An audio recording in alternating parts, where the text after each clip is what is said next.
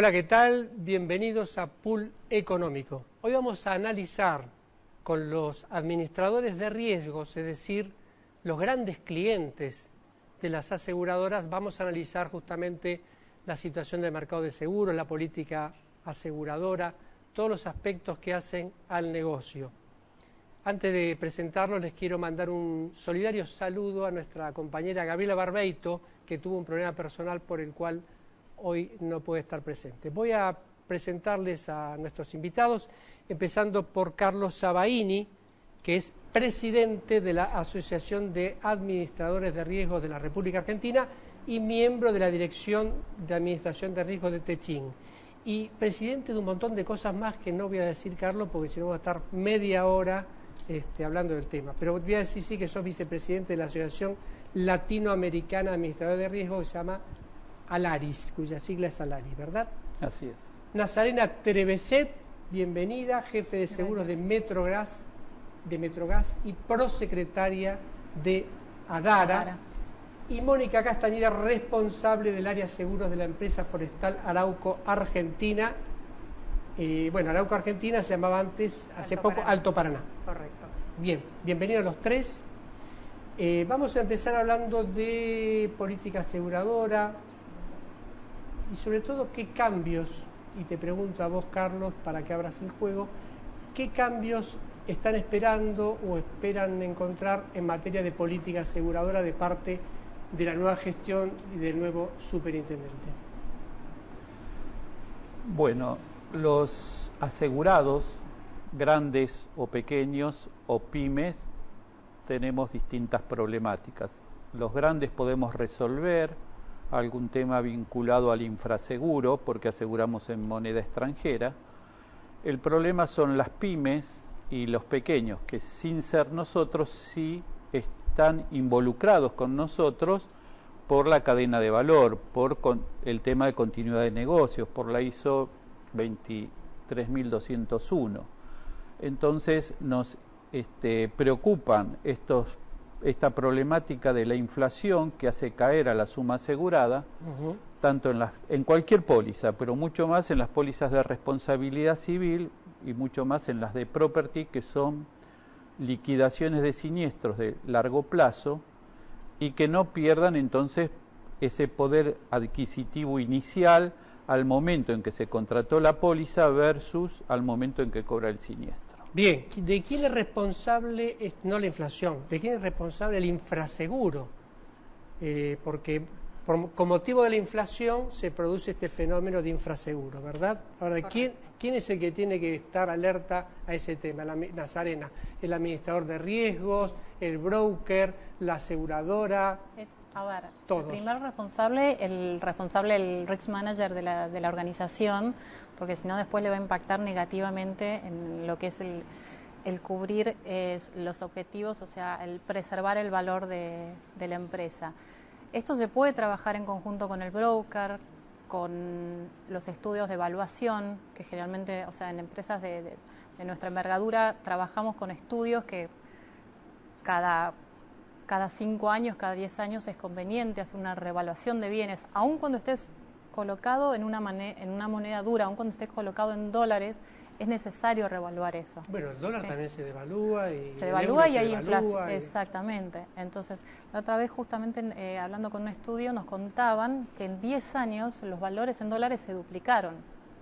Y son cifras, o sea, cifras siderales. Podemos ponerte a pensar simplemente cuánto costaba un departamento en dólares hace 10 años y cuánto cuesta el mismo departamento hoy. Ahí ya tenés una diferencia muy importante. Claro, pero acá lo estás viviendo un valor de reposición, en valor de volver a construir eso, porque el valor del departamento capaz vos lo podés ver que está afectado por el mercado inmobiliario, que es la ley, lo que es oferta y demanda, pero acá estás viendo por la misma reconstrucción de ese bien, la reposición de ese bien, en 10 años ese valor se duplicó. Y los administradores de riesgo estamos muy conscientes de eso, estamos muy atrás de eso y por eso tenemos esta sensibilidad para cuando establecemos las sumas aseguradas no sean cualquier suma asegurada, sino que condiga con los valores reales que queremos asegurar y preservar. Cuando hablamos de infraseguro, porque nos fuimos derivando del tema infraseguro, estamos hablando de también un conflicto a la hora del siniestro, ¿no? seguro. Sí, también. Porque se va a generar un conflicto. Si yo tengo un infraseguro, la compañía va a responder Sí, si yo tengo por la suma asegurada. si yo tengo una póliza con ajustes de suma, Sí. voy a estar bien, ajustes de suma automático Sí. o lo que fuese, voy a estar bien asegurado hasta el momento del siniestro. Y luego voy a tener un problema post-siniestro hasta el momento en que cobre. Eso es lo que nos preocupa realmente. Supongamos que la primera parte, hoy hay soluciones, hay que hacer, como dice Nazareno, un seguimiento, hay que estar detrás de los valores y se pueden poner cláusulas de ajuste. El problema es desde el momento en que ocurre el siniestro hasta el momento en que se cobra el siniestro.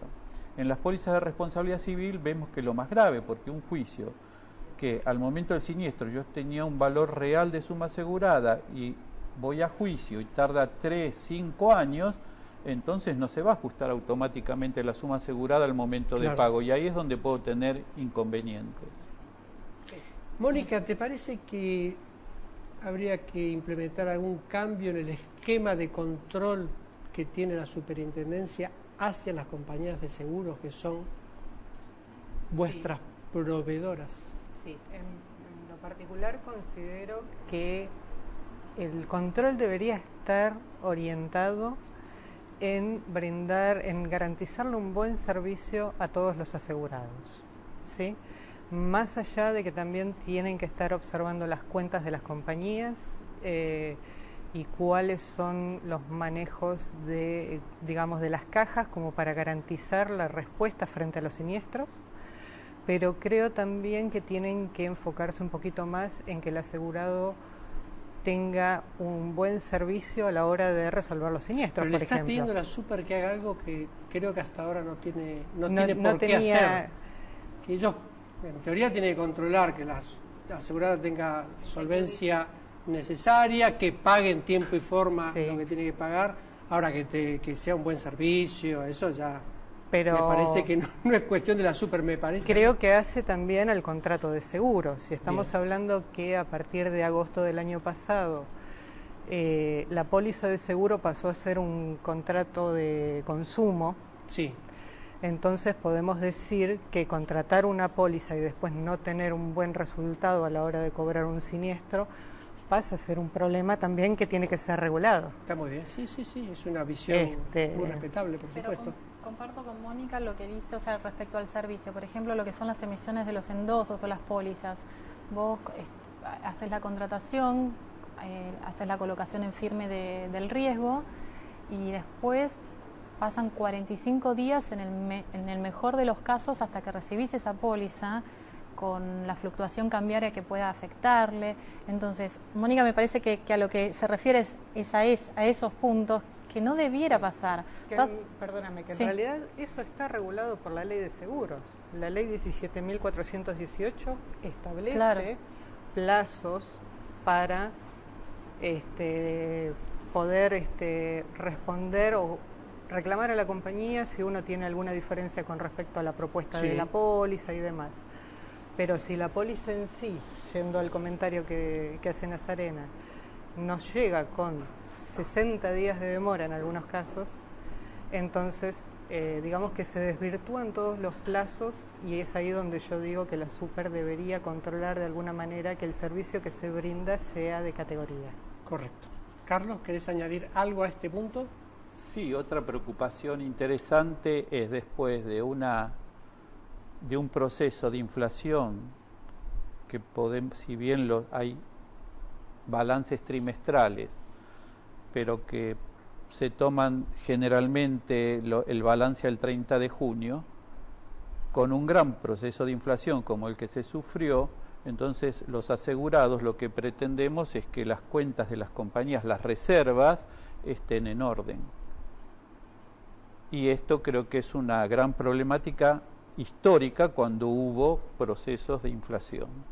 Esperamos a que se resuelvan, pero entendemos que no es un problema tan fácil de resolver o que hay que ponerle muchas ganas, muchas pilas para controlar cómo están las reservas de las compañías y o de los reaseguradores locales en estos momentos. Bien.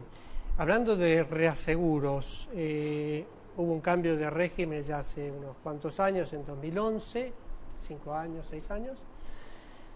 ¿Cómo evalúan ese cambio? ¿Hay que volver a cambiar? Porque ahora estamos en una política económica absolutamente distinta a la anterior etapa, entonces uno podría decir quizás se vuelva al esquema de la década del 90 en materia de reaseguros. ¿Cómo lo ves, Nazarena? A ver, me parece que hay que buscar un nuevo equilibrio. No volvería a la época de los 90 y volvería a buscar un nuevo equilibrio de mercado donde no todas las divisas se vayan para afuera, pero no de esta manera anterior, esta inmediata anterior, donde lo único que hacía era engrosar el precio de la colocación definitiva que hacías localmente. Entonces, pero eso me parece que la Super va a tener que trabajar, va a tener que regularlo, va a tener que hacer como un nuevo fair play, de establecer después quiénes van a ser los verdaderos jugadores que pueden jugar este juego, volviendo a lo que dice Carlos, asegurando que los estados contables de esas empresas estén de alguna manera, sean auditables, que estén regulados. Entonces me parece que hay que crear un nuevo esquema y buscar ese equilibrio para beneficio de todos, el asegurado, el colocador. Vamos a un corte y después seguimos hablando de este tema.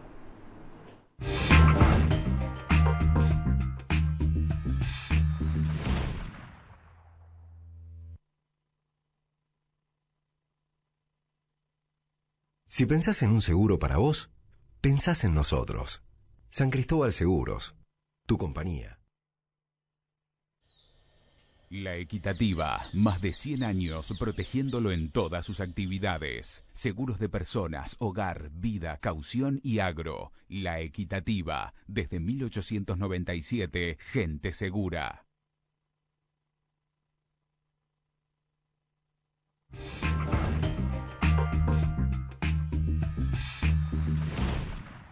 Seguimos en Pool Económico. Bueno, estamos hablando un poquito del régimen de reaseguros. El régimen existente tiene algunas falencias. Fue un poco concebido para que no haya fuga de primas, por así decirlo, al exterior. Pero hubo bastantes críticas sobre la debilidad por ahí de los capitales de esas reaseguradoras. ¿Vos cómo lo analizás, Carlos? Sí. Yo creo que la intención inicial fue buena porque era crear un mercado de capitales, claro, de los cuales una parte de ese mercado de capitales iba a dar créditos accesibles a la industria y a otras, al petróleo, pero específicamente a las pymes.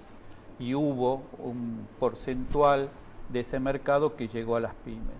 Pero para el asegurado, para el coste del seguro, mirándolo desde el asegurado, creo que hay un exceso en los seguros facultativos, que los seguros facultativos no deberían pasar por este esquema del reasegurador local, porque en realidad no retiene nada o casi nada, y está generado todo hacia afuera. Entonces lo único que hay es un aumento en el costo, que no ayuda para nada a los costos, mucho más en este momento donde todo el mundo está mirando los costos, no ayuda para nada al costo final del riesgo.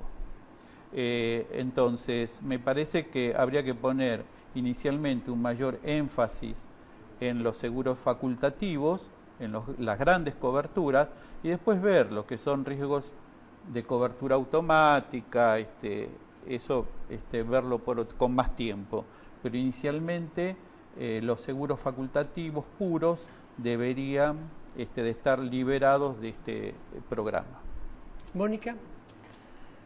Sí, yo creo que tampoco, como decía Nazarena, no podemos volver a los años 90, pero creo que sí tiene que haber una apertura precisamente para garantizar el cumplimiento de los contratos, el cumplimiento del pago de los siniestros, y estoy de acuerdo con lo que dice Carlos en cuanto a los contratos facultativos.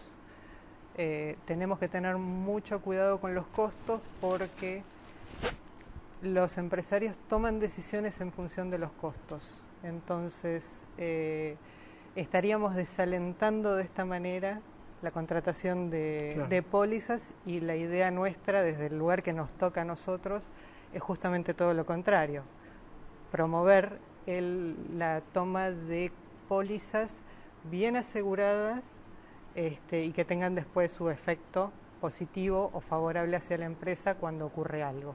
Bien. Explica para los quienes están viendo este programa por ahí, Sí. algunos haciendo hasta zapping, no creo, porque generalmente son más fieles. Explica qué hace un administrador de riesgos y cuáles son los riesgos de una gran empresa que tiene que asegurar, los grandes riesgos que tiene que asegurar. Bueno, el administrador de riesgos principalmente tiene que enfocarse en minimizar el impacto de cualquier evento dentro de la empresa, pero nos vamos a enfocar principalmente en los riesgos que no son controlables, ¿sí? No nos vamos a enfocar... Por ejemplo, bueno, tenemos eventos que pueden ser meteorológicos. Riesgo ambiental. Sí, pero no solamente No riesgo solamente. ambiental, no estoy hablando de un evento ambiental, sino estamos hablando de tornados, tifones, inundaciones, un tema muy en boga en este momento. Nos podemos enfocar en riesgos que son inherentes a la industria donde estemos trabajando, pero que con todas las medidas de seguridad igual siguen existiendo. ¿Sí? Son los riesgos residuales, no son los riesgos en todo su aspecto. Entonces nosotros debemos asegurar correctamente todo aquello que está expuesto a ese riesgo, con los valores correctos. Correcto, y hacen una licitación entre aseguradoras. Bueno, Bueno, las aseguradoras se sacan los ojos para conseguir esos riesgos, porque hay distintas modalidades. Mucha prima ahí. Sí, hay mucha prima. Hay prima, hermana, tía, de todo, ¿no? Está toda la familia. Está toda la familia. Está toda la familia, pero en realidad lo que uno tiene que mirar no es solo la prima, sino también la empresa que uno está contratando. Correcto. Estamos hablando de que la aseguradora es un socio estratégico para nosotros, es un proveedor, ¿sí? Y como socio estratégico, y sobre todo en las pérdidas, que es el momento más difícil de la empresa, nosotros tenemos que tratar de contratar empresas serias que tengan respaldo, o sea, no... Está claro. No solo que la tenga prima. calificación de riesgo, por ejemplo. Y que pueda tratar un evento bien, digamos, que nos pueda dar respuesta a la hora de un evento. Vamos a ir a otro corte, pero antes o después, Carlos, me vas a contestar cómo está la capacitación técnica de las aseguradoras para afrontar las demandas que ustedes tienen. Nos vamos a un corte y volvemos enseguida.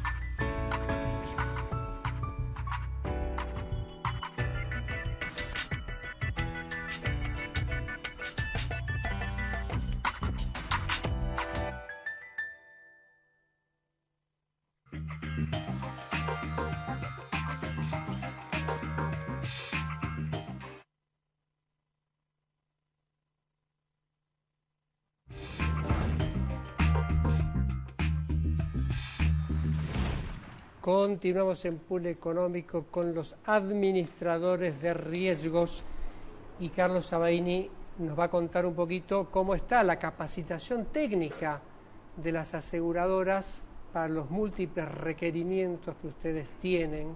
¿Vos hace cuánto que sos administrador de riesgos? Bueno, yo me gradué con un IRM en 1986 aproximadamente. Tenés un poco de experiencia. Un poquito de experiencia, sí.